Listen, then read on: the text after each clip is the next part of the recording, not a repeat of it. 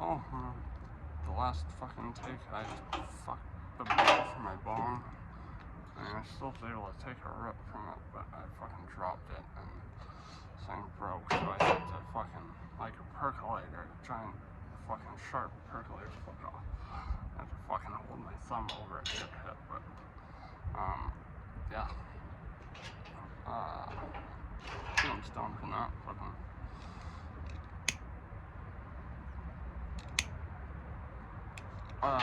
Like, my lungs have been super fucking, like, in rough shape these days. So I've got one of these tips on. That's why I've been favoring the bong with the ice. It makes it a little more smooth on my lungs.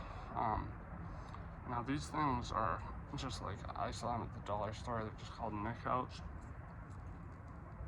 From what I could tell, very similar to what Hunter Thompson used. Personally, I don't use them on cigarettes very much. Sometimes with a Camel, because Camels have a lot of fucking tar in them. But I found they work better for joints because they pull out a lot of tar. Like see how much fucking tar is in there right now. When I started, there was only like enough to kind of line just the top a little bit, like a few little blotches.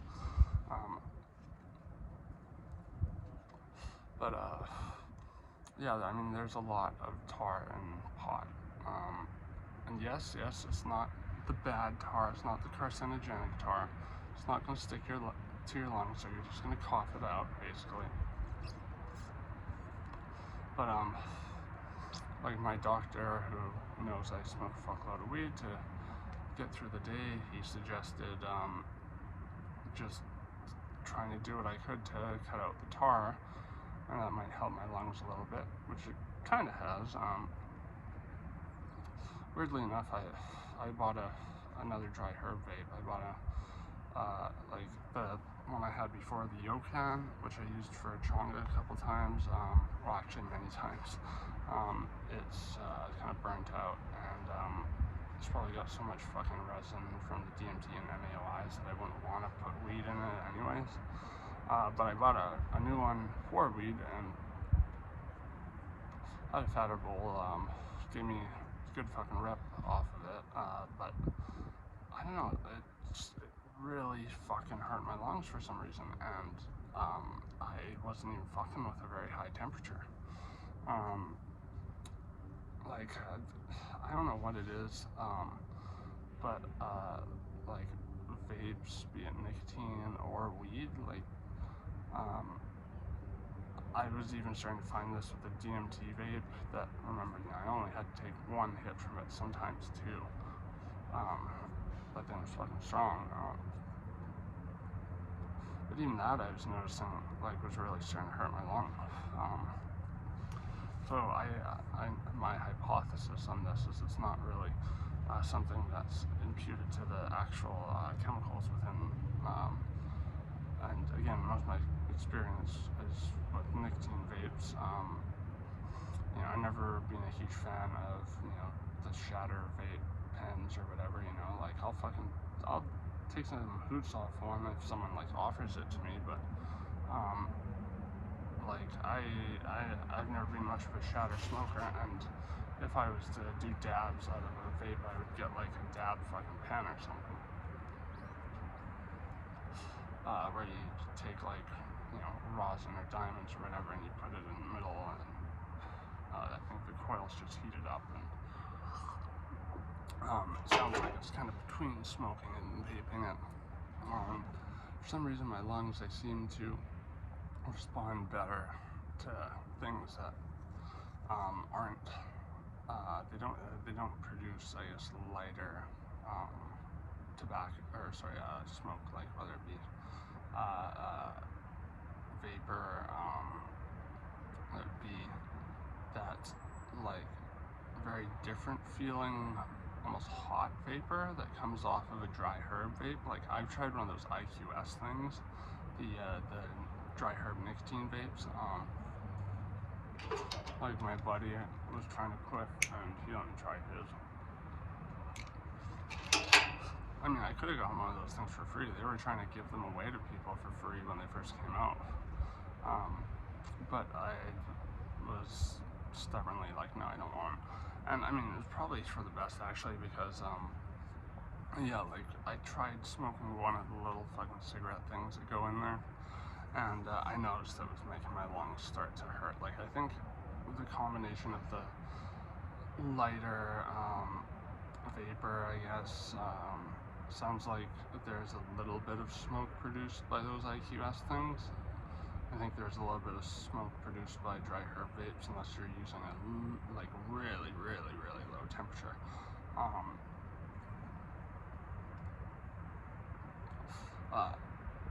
Like, because it's light, I have to pull it really deep in my lungs, and so like my scar tissue is at the base of my lungs that makes my lung fucking start hurting.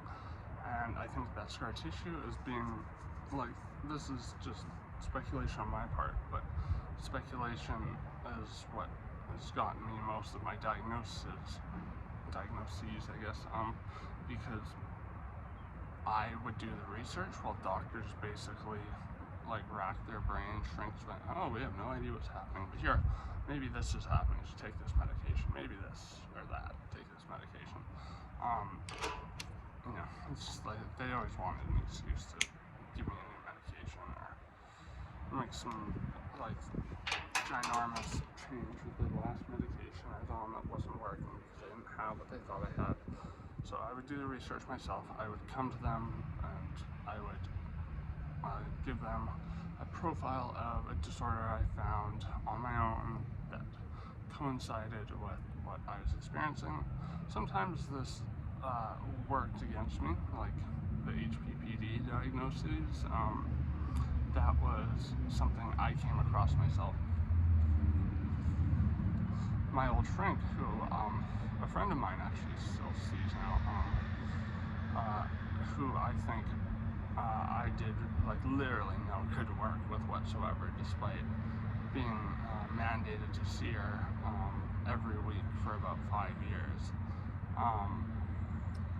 And she, you know, essentially poisoned the well, and for all like doctors I've worked with since her, and all doctors I probably will work with in this province, which is that she was like, you have a benzo problem, despite my work with her leading to me being prescribed 15 2-milligram clonazepams twice a day for fucking like a month, until it was like, yeah, this is a good way to fucking kill someone. Like, those are like I imagine 32 2-milligram clonazepams would be like enough to kill most people easily. So even half of that. But she also like, yeah, she said that he's got benzo and zopiclone use disorder, which shows up on every fucking prescription now that I get. It's really fucking annoying. It makes pharmacists not trust me. And like, the only thing I'll say about zopiclone, which is for my American friends out there,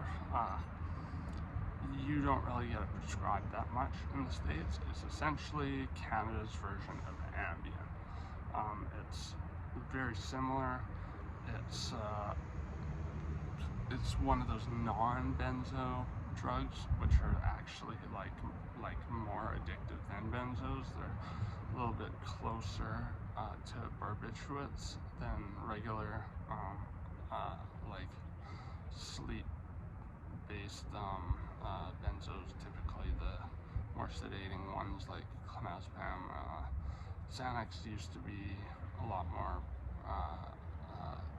of a widely prescribed drug, from what I gathered, sort of before my time.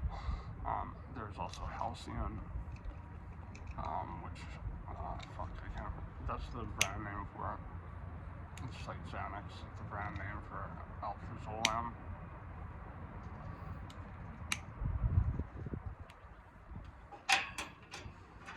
much fucking tar is being pulled out of this fucking thing. Like, that's not going in my lungs. And, like, I don't feel any less stoned than, if I didn't have this thing on. Also, my lungs don't feel as weighty. And, you know, I took a big-ass fucking bong toke, when I was trying to do the last take. But as I said, I just fucked my bowl, so, it was kind of a mess. I was, like, fucking trying not to cut my finger on the glass, because it's like a giant percolator now. Like, I don't know, I'm gonna have to put a piece of tape over it or something, like electrical tape, I guess. Put it like one side it's a little bit longer, and then another little piece sticking in the middle so it doesn't go up when I put a lighter through it. But I mean, it'd be a very temporary fix. I'm gonna try to put it together a couple of bucks in the bowl.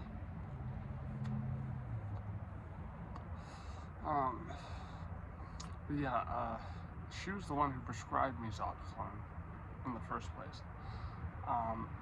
And I never took it more than regularly because it wasn't a very nice recreational drug. She also prescribed me Ambien. We don't get brand named Ambien in Canada, okay? We get Stelnox. I believe it's also what they get in Ireland, in parts of Europe. I imagine South Africa, because syndication of certain brand name drugs like that, which just aren't like big ones known in the States, tend to be in those countries for some reason. Sometimes that includes like China or India. And it was very hard to find. I mean, all I'll say about Zopiclone is this. It was an effective sleep medication for me for a while, because when it was kind of fucked up how they did this though. It wasn't really with my consent. While I was, cut to a year after seeing the psychiatrist, I saw her after I was incarcerated against my will in these fucking horrible residential psych facilities. When I was in there, I couldn't sleep worth shit because, you were forced to share a room and like a cell basically with a crazy person. This dude I was in the room with was fucking manic like 24/7, and he wouldn't do anything but lay down and play fucking Nintendo DS. Like fucking 24 hours a day. He'd like sleep an hour every now and then, but he literally wouldn't get up. And he would which would be like fine if he was just playing with headphones and like, quietly, but he'd be like, he fucking just like couldn't contain himself. It's just like, dude, fucking please, like I really am hypersensitive when it comes to my sleep. Like I've got fucking earplugs in, I've got fucking 2 pillows over each ear. Like you're making like so much fucking noise, and like it ended up me and him like getting into fights a couple times, and he was a true fucking psycho. I actually got moved to a room a little way down the hall, and I know I'm tangenting here, but this is fucking crazy. Just hear me out. This was one of the things that kind of fucked me up from being in these places. This place, as I've expressed before, was people who are in their 50s, 60s, 40s sometimes. People who are like lifelong addicts. Some people are fresh out of jail, like ex-cons, and I guess got put there instead of back in jail or something. Like, some pretty scary folk. The scariest guy, like the legitimately scariest guy, not just some, because like even there, like most of these places, these dudes who did a hard time and everything were all talk a lot of the time. I know, because I had to fucking defend myself there. The staff didn't really do anything unless they were the security guards targeting you, in which case they would like fucking break out nightsticks and sweep my feet up from under me and shit. Hated those fucking, there's a bunch of, reminded me of elementary school where fuck off was. I was in Catholic school in grade 7. Got beat up all the time by the fucking Italian kids because Irish in the sense of like my great grandparents I think were from Ireland. Like my family on both sides came to Canada like a long fucking time ago.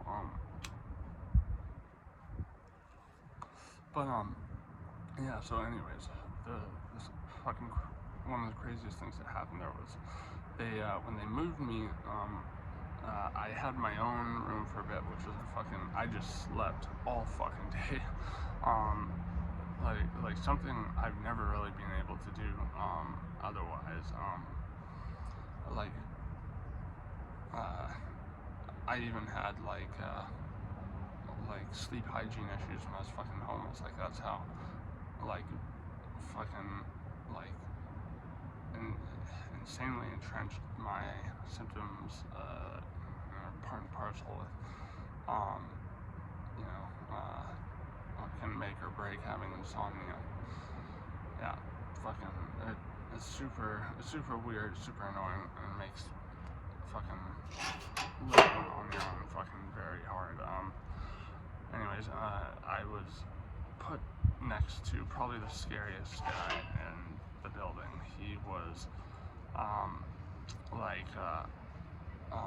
he was actually a nice guy. Like me and him, at first were kind of like, like having these weird, not fights, but like battles, with, like how loud we were playing our music. Like, he would be listening to, like, I don't know, it's like evangelical, like church, music, like one of those like Baptist, Southern churches kind of thing, which, it's at least better than like your run-of-the-mill fucking American church, like Christian music, of like essentially any other variety. But it wasn't so much that it was the music that was pissing me off, it was the fucking volume. And so I would just blast jazz even louder, and he would turn up his even louder, and I'd turn up mine. And then finally the staff would come down and be like, you guys gotta fucking turn it down, what the hell's going on? And like we would exchange words. But then like eventually we kind of like water under the bridge, and I was telling them like about the like very near fight that happened between me and my old roommate, the guy playing the Nintendo DS fucking all day. Like he acted like he was on fucking meth all the time. This dude, he was that fucking manic. I think he also did do meth when he had the old roommate. But the new neighbor, this guy who was this like 6'7" African dude, he had fucking like big ass scar on his face like that, like nothing like this fucking shit here. He was a child soldier, okay?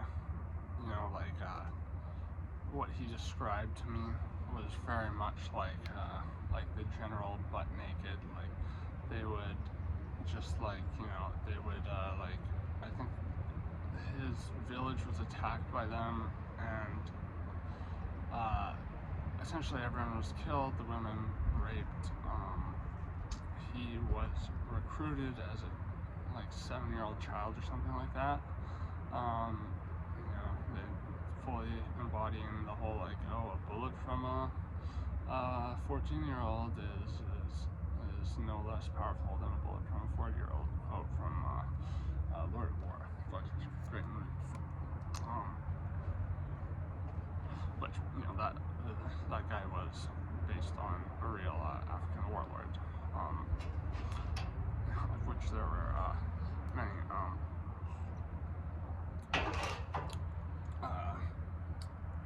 So, you know, he didn't tell me everything, but kind of alluded to killing people with machetes and stuff like that. Skull chopping,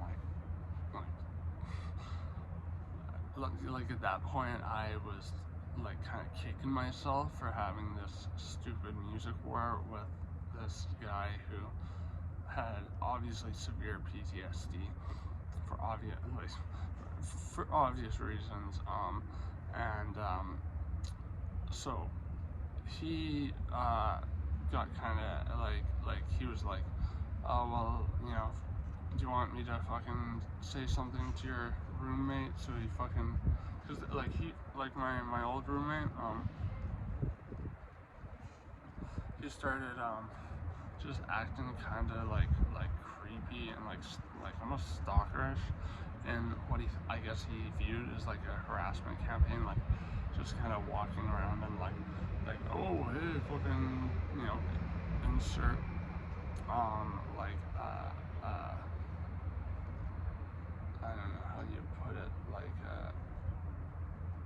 insult or like threat, I guess, veiled in, you know, like oh, I'm just making a vague acknowledgement about things, and it just happens to indicate that I wish harm against you, sort of thing. And so I was actually like kind of becoming friendly with the neighbor, the dude. I think he was from like Chad or something like that. The, you know, guy with the literal body count, fucking. And you know,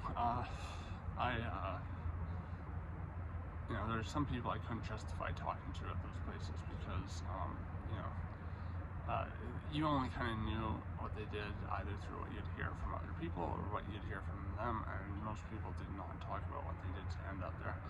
But you know, there's some people where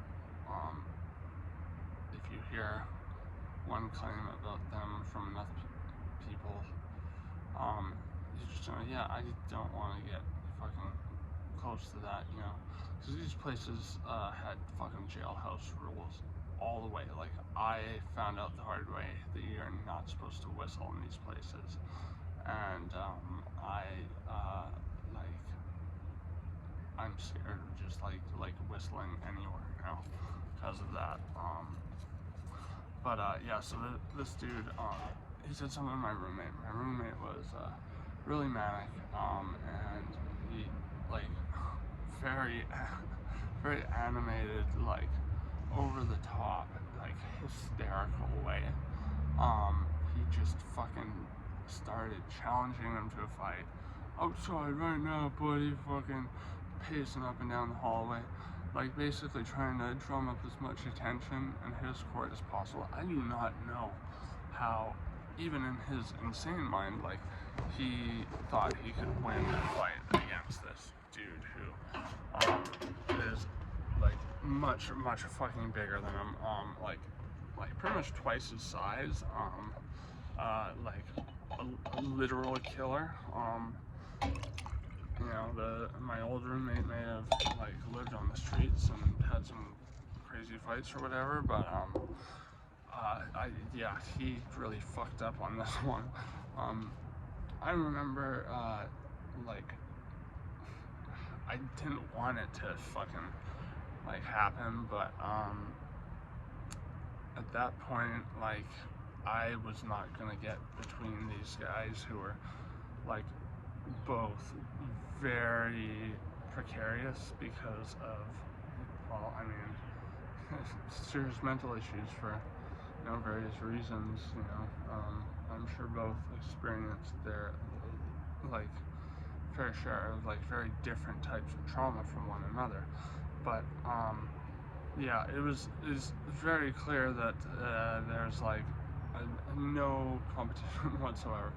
Like all scales tipped in the favor of the 6'7" fucking African dude, and I knew he was 6'7" because I'm 6'3". I've been 6'3" for like the last 10 years, pretty much.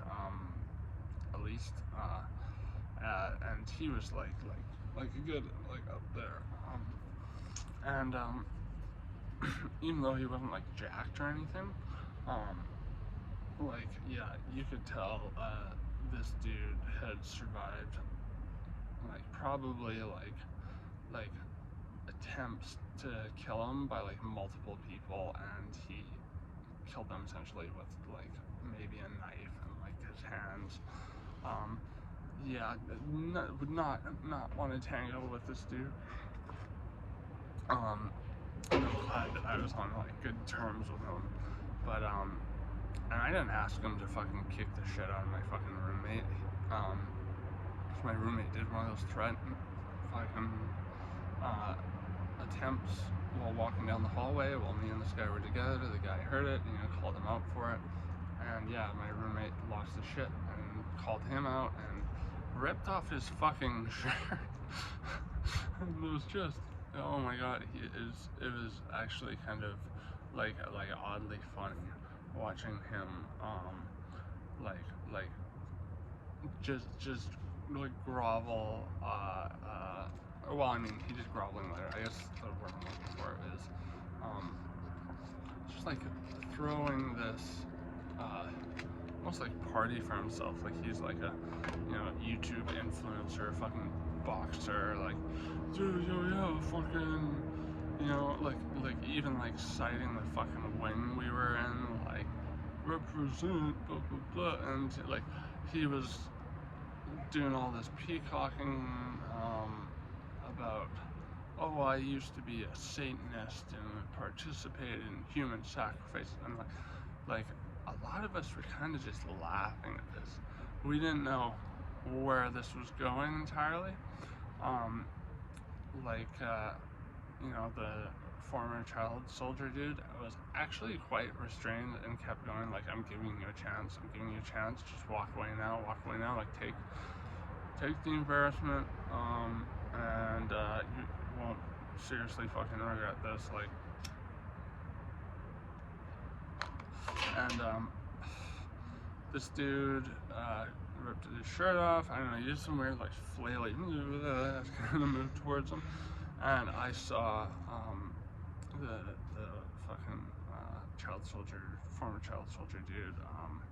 I'm sorry, I just can't remember his name. This was so long ago, and this was like a part of my life that I really didn't want to think about for a long time.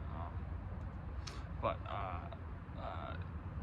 he fucking just, it was like, like that Kill Bill like shit where like it would go in on Uma Thurman.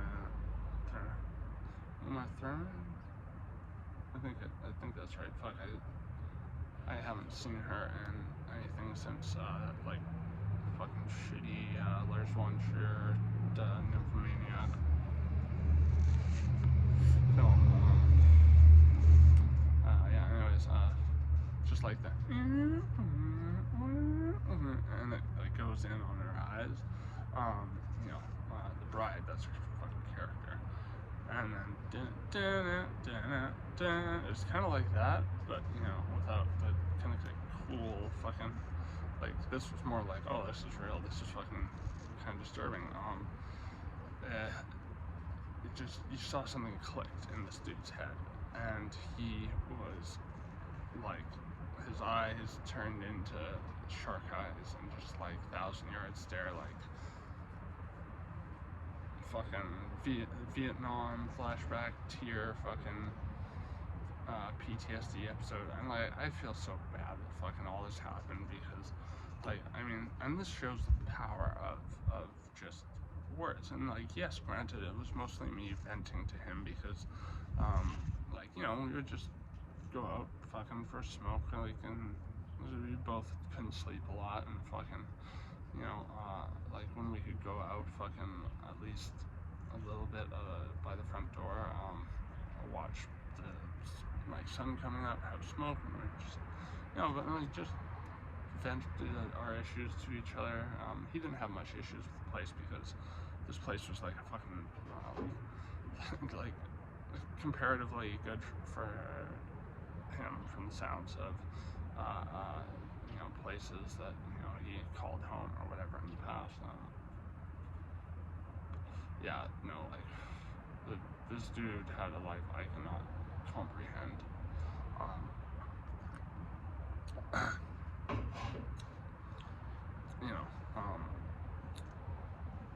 Raised immense ethical fucking dilemmas in me, like, do I, be,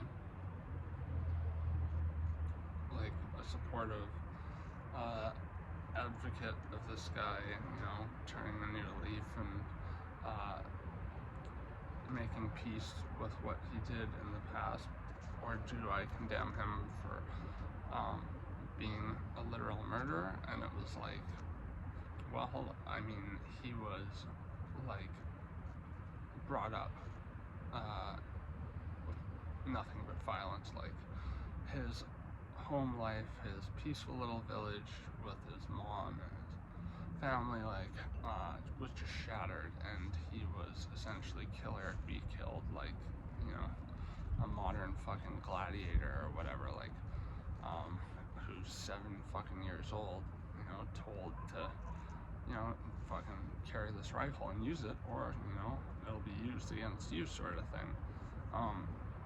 Like, it's much more of a moral gray area, those cases, because, I mean, I'll say this much.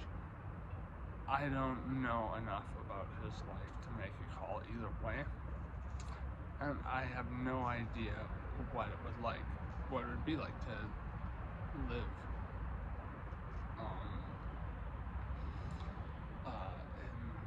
in a world where, nothing but fucking chaos. Yeah.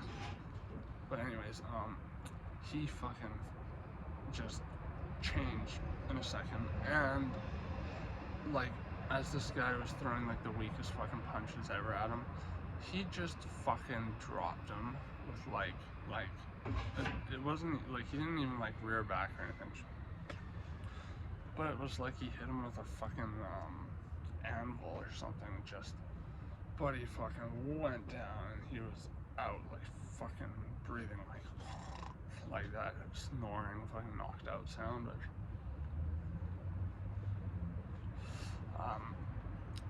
like,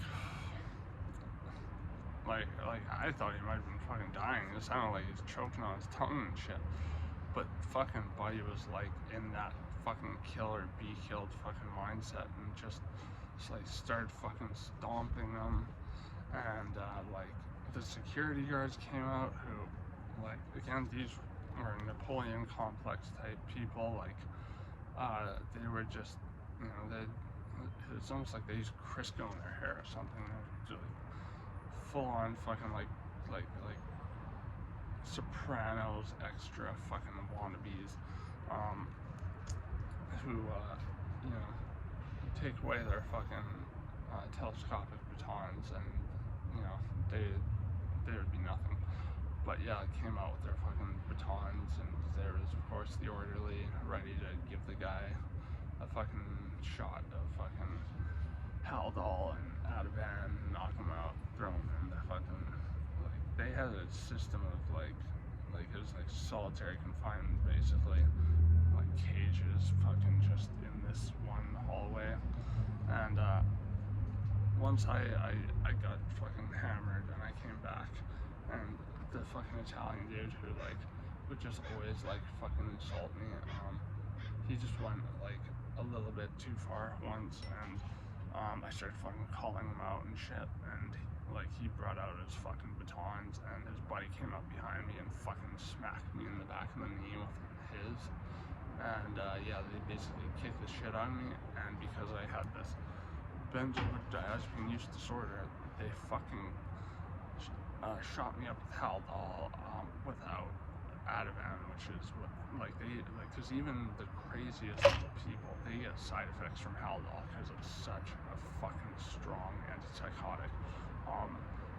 Haldol is probably one of the worst things I've ever taken in my life. It makes me shake like crazy. It makes me have akathisia, so I had this like restlessness where these are symptoms you get if you don't need it.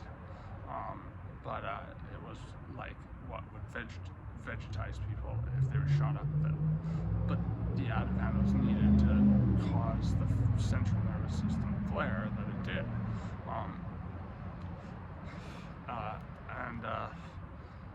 Like, yeah, it was awful. It'd make my fucking eyes twitch and shit. And I guess because I was involved in this, like, I was kind of just admittedly, in a very callow fashion, kind of, because I didn't want this bloodbath to continue, even though everyone was enjoying watching it, from what I could tell. I was kind of tiptoeing up behind him, and I was like, hey, dude, saying his name, fucking, it's okay, like, I could recognize that, even though I didn't really understand that type of PTSD, I mean, I still don't understand from a personal perspective that type of PTSD, but I didn't have the kind of context I have on it now, I guess. I still did recognize that he was in a fight or flight, and he was fighting a state that he detected, his brain detected a threat, and it went, nope, I'm not getting killed today, so I'm gonna kill, because he was probably in that situation many fucking times.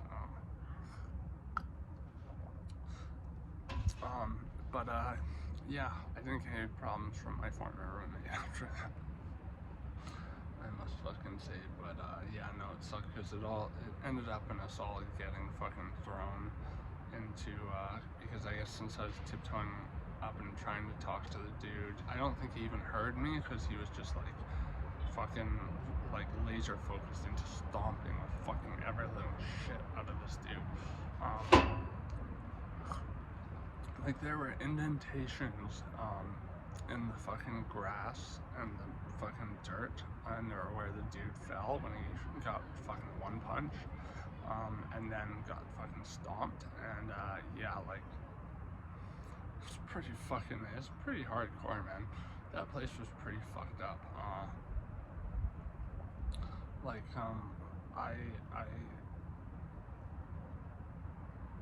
ended up, there were two girls who were within my age range who, one was a little bit older than me, and at first I wasn't really interested in her.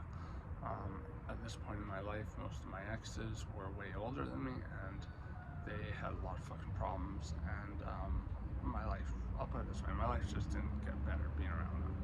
Okay, that's a big fucking factor.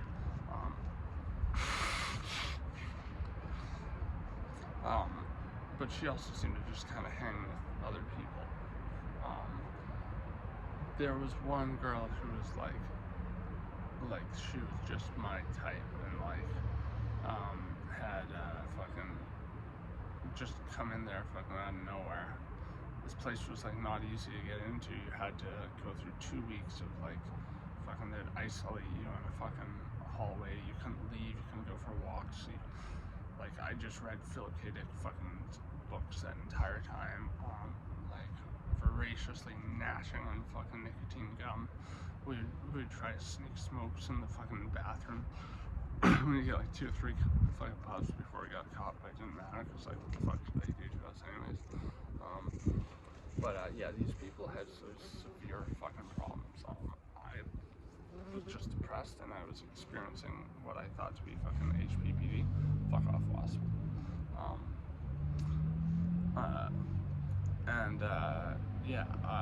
I the HPPD symptoms I was experiencing, which were heavily exacerbated by the antipsychotics they were giving me, just the sleep ones, the Seroquel and shit.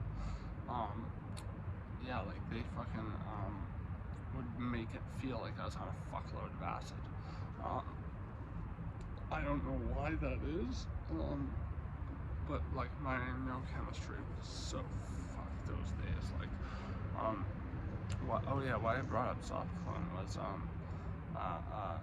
and then I'll get to the fucking girls situation there. Why I brought up the Zopiclone was, I was prescribed it, and I didn't take it all that often before I was in this place, because it gave this nasty fucking like I describe it as like sucking on old fucking pennies all night, because like I would just feel shitty. So I was just kind of tired of sitting there. After fucking taking them, and if I didn't fall asleep like 15 minutes after I took them, I never got like the hallucinations or whatever that other people describe. Same with Ambien, or Stillnox, which is like it's only a fucking like sublingual formula, so you have to put it under your tongue. I believe you me, I didn't get any of that shit in there because it was already hard to find. There's only one place that stocked fucking Stillnox. Like it's like compared to the States, it's very uncommonly prescribed. I never got fucking hallucinations from that either, other than shit sometimes looking the same that it would on like ketamine, where things would just look like they are outlined slightly differently than my perception regularly outlines them. I was having real sleeping problems in this place. When I first got in there, I was put in the fucking same fucking room as that fucking asshat on the Nintendo DS.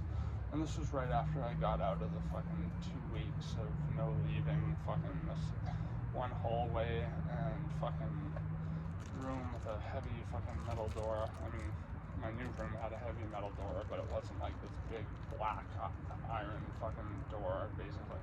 When it made it just like felt like black iron prison. The first part of that was real fucking purgatory. It seemed like everyone who, if they did sleep there, got sleep paralysis, me included. Yeah, this place was like, it was fucking awful.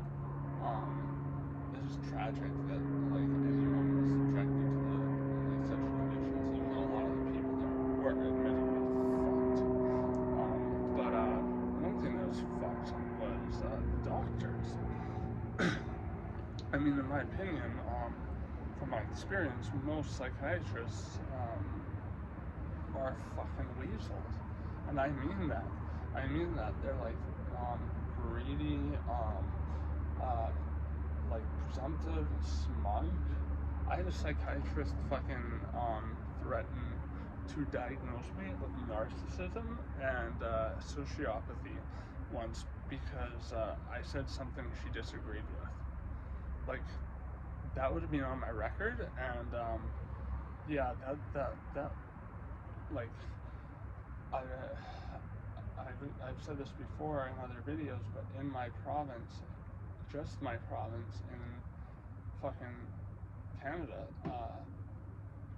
people have mental fucking deficits, like are treated, like a hair away from how the fucking Nazis treated people with mental disabilities back in the day. Fucking, that they make it so the cops can access your file, and like oftentimes if they run your name, like just say you get pulled over or it just stops, not even like you've been doing anything incriminating, but especially if you've done something that can get you in a little bit of trouble, they'll just see that you're flagged for having a dangerous mental health disorder. Since I have major depression, even though I've never had psychosis from it, I don't have that type of major depression.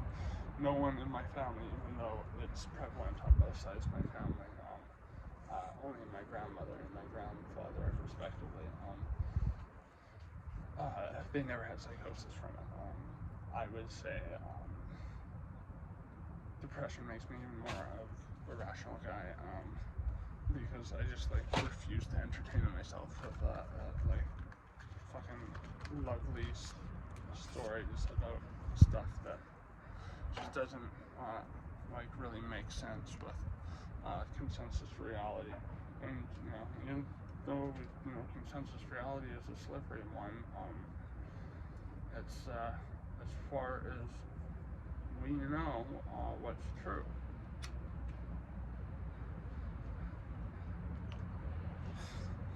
I mean, I could say more, but I'm gonna stick with the narrative and not wax too philosophical. So, yeah, in any case, I was getting fuck all sleep-wise, and so, I really didn't want to take Seroquel anymore. That was giving me, like, mad fucking visuals when I would take it, so it was not helping me fall asleep, and, Seroquel is, I think, one of the most prescribed medications, and it is certainly the most prescribed medication for off-label usage. It is almost never prescribed for its purpose, which is its intended purpose anyways, which is as an antipsychotic. I've been given it in antipsychotic doses, and it was really fucking awful, and gave me a lot of the side effects. A little less severity and stuff like Haldol or Loxapine or the other OG antipsychotics. And mind you, I've never fucking experienced psychosis outside of drug-induced psychosis, which every average fucking Jane John Schmo fucking did the doses of, be it stimulants or psychedelics that brought me to states of psychosis, would get there themselves. They had just normal neurochemistry. And I don't have normal neurochemistry, obviously. But, point being, I have no fucking reason to be on fucking antipsychotics. Luckily, doctors have given up on prescribing them to me.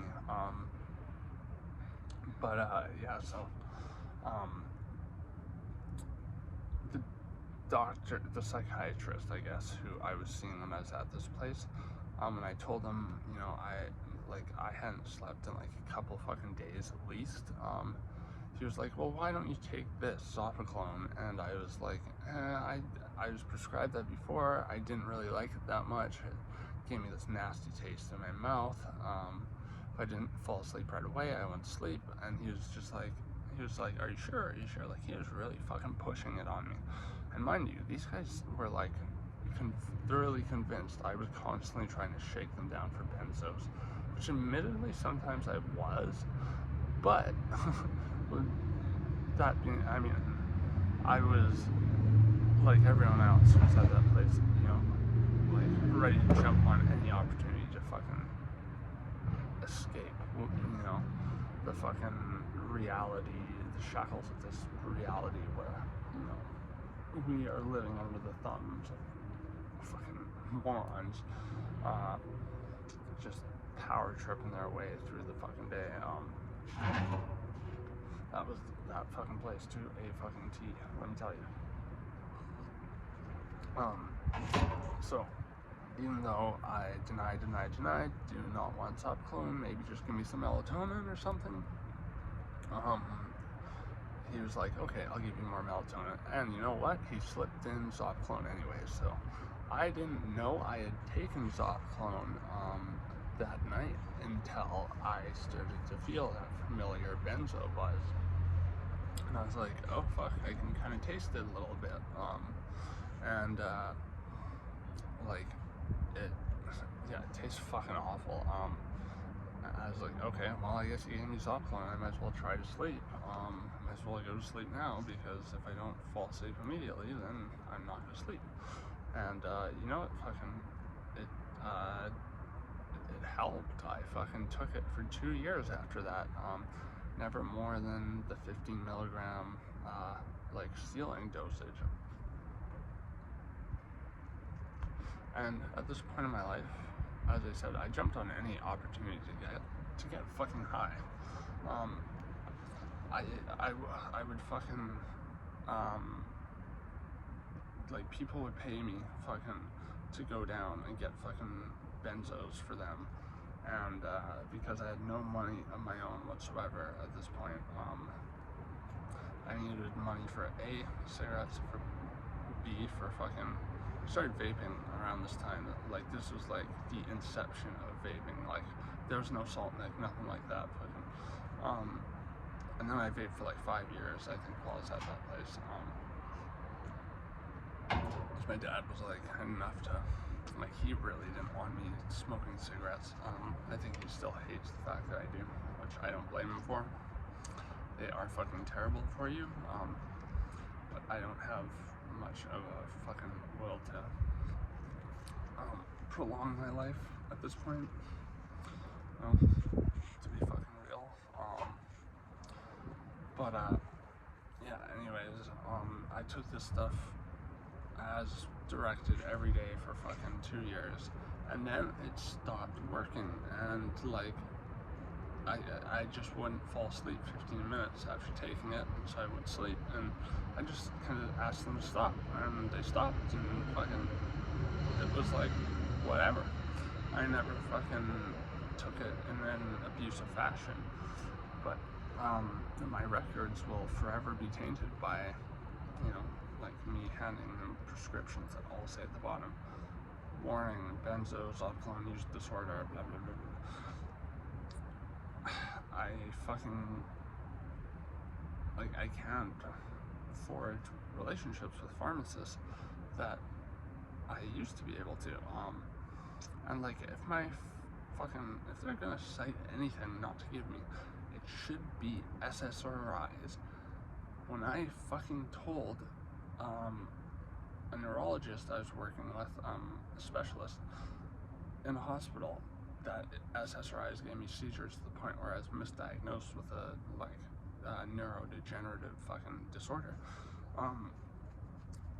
They fucking, like, he was like, holy shit, that's really bad.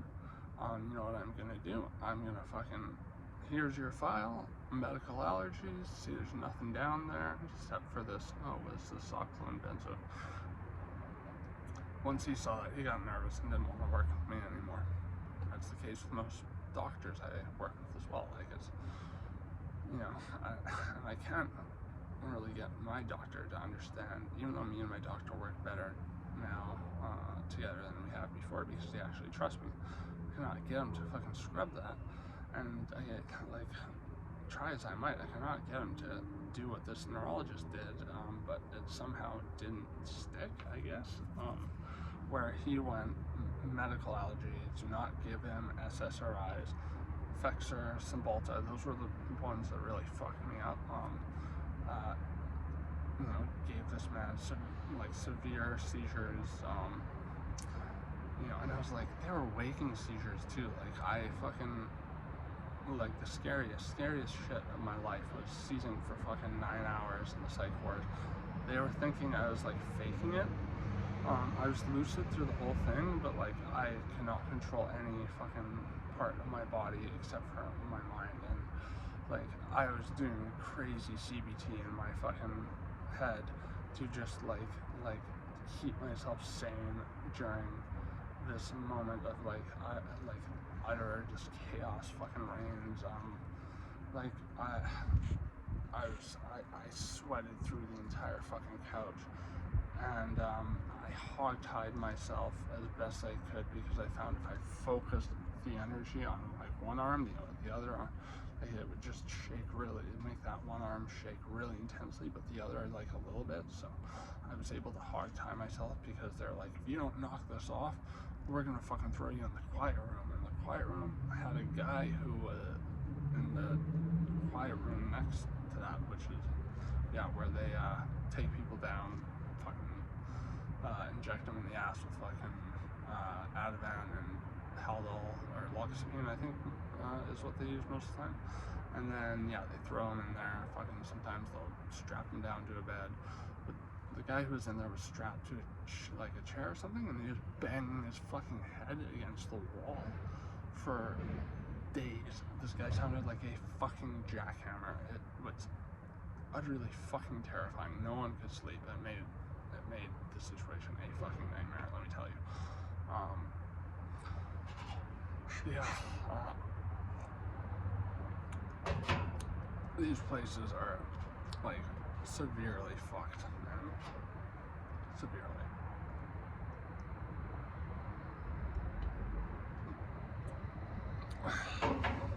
And yeah, one more fucking. I'd be taking some bong reps right now, but my bowl's fucked and I don't want to cut or burn my fucking finger.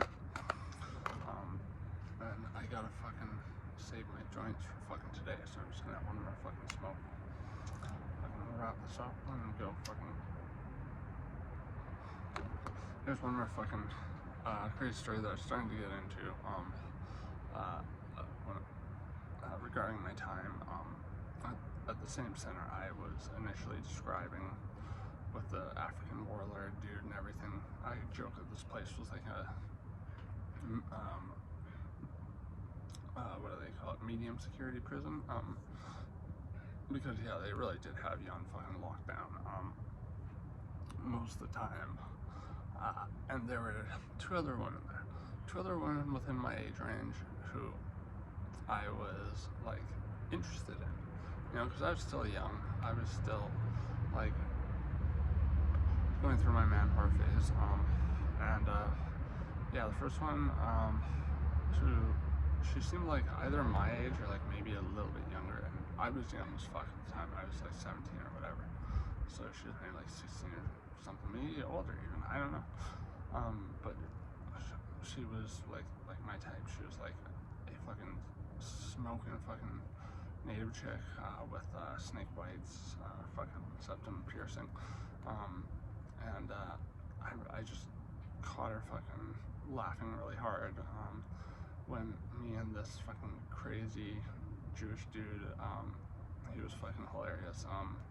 He was bonkers, but he was hilarious. We were like giving each other fucking back rubs just out of boredom in line up for the shitty fucking food they fed us every day at the cafeteria.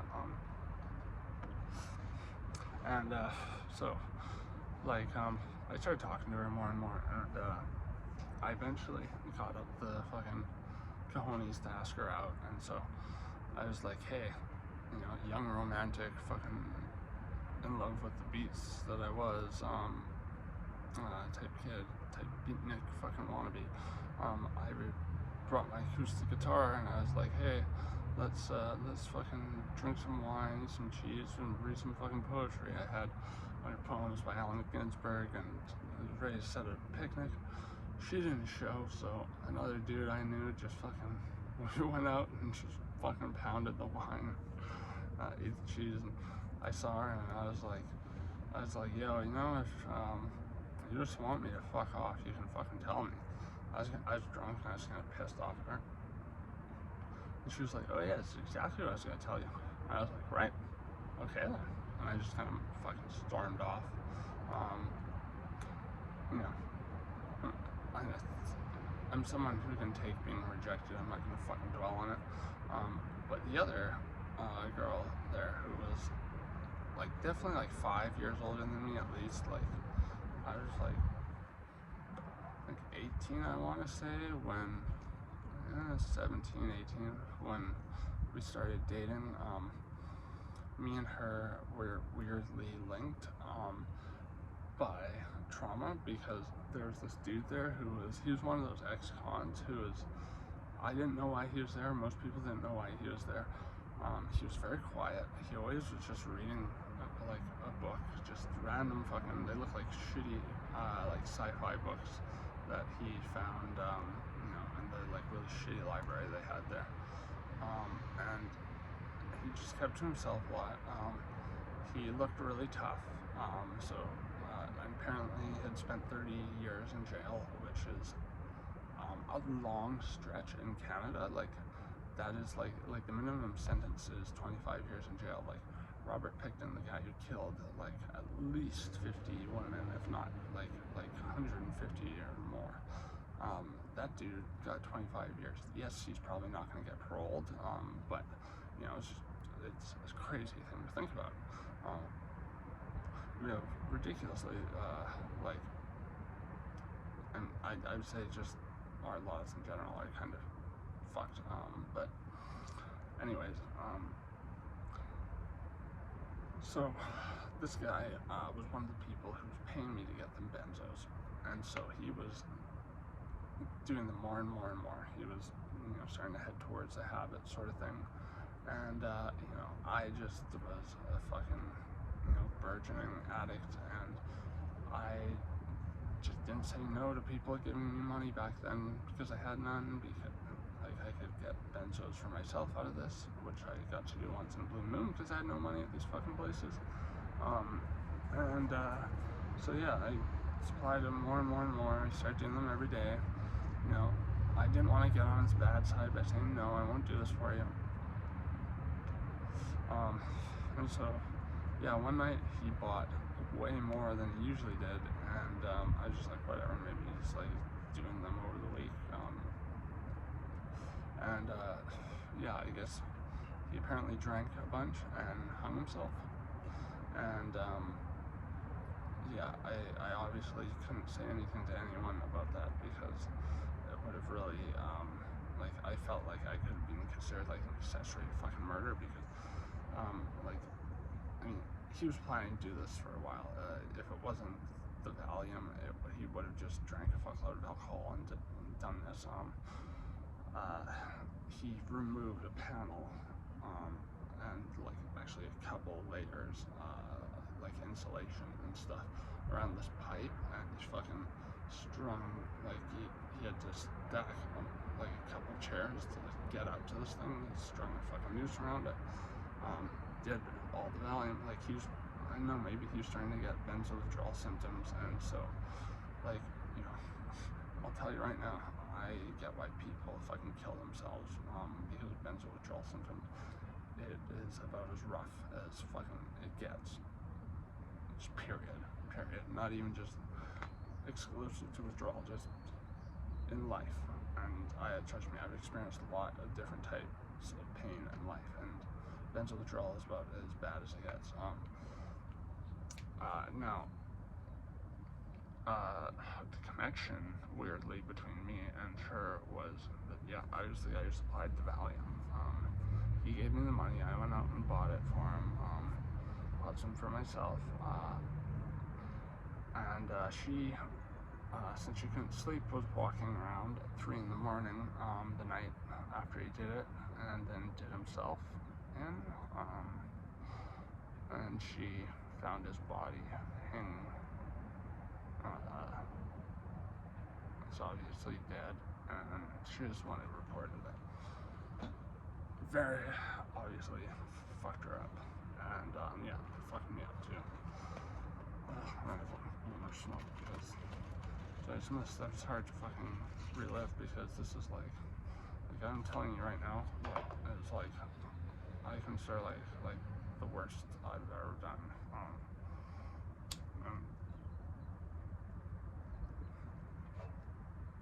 I know that I didn't even realize what I was doing, but I really fucked myself. I really fucking threw myself to the wolves. My conscience fucking ate me alive.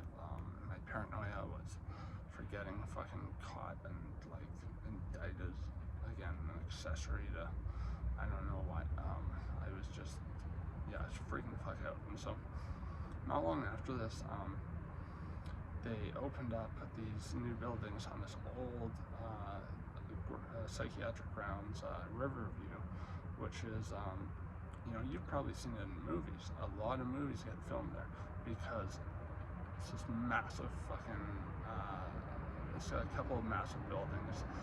There's sanitariums that are massive residential facilities, the really fucked up types of psych wards, or psych facilities, I guess, that were around in the 50s and prior to that. And then got shut down because the conditions were so bad. This place is body shoots and stuff like that. The sanitarium for, I guess, Spanish flu, tuberculosis, I'm pretty sure. They just drop bodies down the chute because there's so many of them. it's I mean, if I've ever spent time in a haunted area, it. I lived there for at least a year. But I lived in like a small, newer building there, and that's when I started to date this chick. And you know, we both told each other kind of our traumas from the last place, and yeah, that was what we bonded on. That, and we would get hammered and like just fucking viciously make out with each other and fucking maybe clawing at each other, like wanting to fuck so bad because we were just like, you know, still pretty young, horny as fuck, liquored up. And yeah, she said multiple times, she was like, oh fuck, you have so much sex appeal. And I was like, sweet, too bad we can't actually fuck right now. And we did actually fuck once, but it was after one of these like just essentially 4-hour fucking dry humping sessions, and then going to my room. I fucking, you know, got her missionary, fucking got in, fucking, she was, you know, like my dad had just gotten home, so she was trying not to fucking like moan super duper loud. I was like, I actually put my hand over her mouth the first time, and then I was like, oh shit, sorry. I didn't ask you if you were okay with me fucking obstructing your breathing. But the thing was, we were fucking for about 5 minutes, and it was just like, oh yeah, fucking finally. Like, we've been fucking laying for this so fucking long, and we were both fucking like having fucking blast. But then my dad knocks on the door, and he was like, oh, you guys want to come for dinner? And I was like, so we kind of like, I was like, we don't have to go. We don't have to go. We can just stay here. And she was like, whatever. The mood's kind of killed. And so I was like, yeah, true. And yeah, we went for dinner, and we kind of gave each other these like smirks the entire night. But she was, you know, she wasn't in this place just because they picked her up. You know, she had her own issues too, and we just sort of drifted apart. Like unfortunately, a lot of my relationships, we just end up, you know, fucking falling out of whatever the fuck things were. Like, you know, when I first started getting close to this girl, sorry, I'm trying not to fucking name drop. Like, she would, cause she didn't sleep much like me. She would go for a run at like 5 in the morning. Cause on the Riverview grounds we had a bit more freedom, and it was like really cool early in the morning. There's like fog everywhere, and you could just see the lights of the buildings very faintly through the fog. And there's this little garden, and we joked that the keeper of the garden was a ghost because we never saw him, but the garden was always really well kept, and there was like a little pond with a koi fish, and you know, all the fucking muck and shit would be cleaned out of there regularly, but we never saw anyone there. As far as we knew, there's no other staff on the ground, but yeah, I would, you know, be awake myself, so I'd go out with her, and I remember we'd just sit and talk on the top of this hill as the fog just rolled past us, and we could see the tops of these buildings. Like, it was very ideal, and I don't know, maybe it was because it was just such a perfect environment. We got close, and you know, just kind of did the awkward young, oh, we're holding hands, oh, we're looking at each other, oh, let's fucking go in for him. Yeah, but the thrill was, it went fizzled out pretty quickly. Sure. But yeah, that place was just a different type of evil, because even though it was somewhat better, they really fucked with me, the staff, and like I was on good terms with most of the staff. Like they had interns from the Liberia Psychology Institute. This is the only time I've seen psychologists in government facilities, because the only official capacity that they work in is neuropsychs. Otherwise, these were just interns. And one of them, she was so fucking hot, and she was like musically illiterate pretty much. She was a little bit older than me, maybe like 22 or something. And I would show her music like Tool and Deftones and shit. And once I think we almost fucking made out, and I've thought that situation over a lot in my mind to make sure I'm not reading too much into it, but pretty sure there was like chemistry between me and her, but because of the unprofessional nature of hooking up with a patient, I don't think it went anywhere, but anywhere real. But the thing about this place was like when I was actually like with that girl, the one who I got to fuck for a whole 5 minutes despite being with her for like 3 months.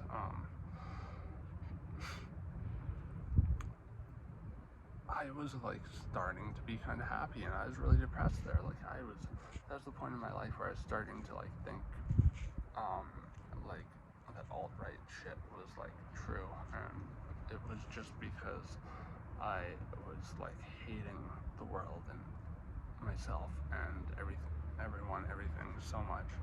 I was completely subservient to this system, and but then I got with her and I was feeling better, and like some people started to come visit me every now and then. This like gorgeous chick who I had on and off flings with, who's like totally crazy, but she's so fucking hot. She came visit me, and yeah, we had some hot and heavy shit, but we could never actually fuck there because I always had a roommate, and there's always staff would hear it, sort of thing. And I got to watch all my other friends getting fucking laid and fucking partying and everything on Facebook, but I wasn't really gonna do any myself, fucking.